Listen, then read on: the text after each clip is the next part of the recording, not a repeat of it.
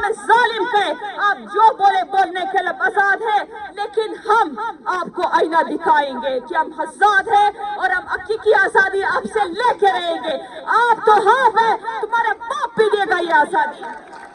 اور اگر بات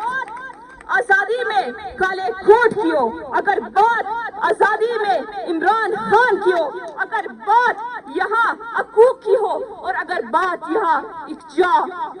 نسل اور قوم کی ہو، تو ہم حقیقی آزادی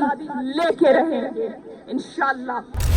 عمران خان نے کہا ہے کہ پاکستانیوں میرا دل کہہ رہا ہے کہ انشاءاللہ اگلی 14 اگست کو ہم حقیقی آزادی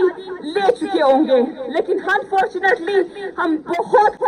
نااہل لوگوں کے ہاتھ آ گئے، جو کہ عمران خان اس وقت جیل میں ہے،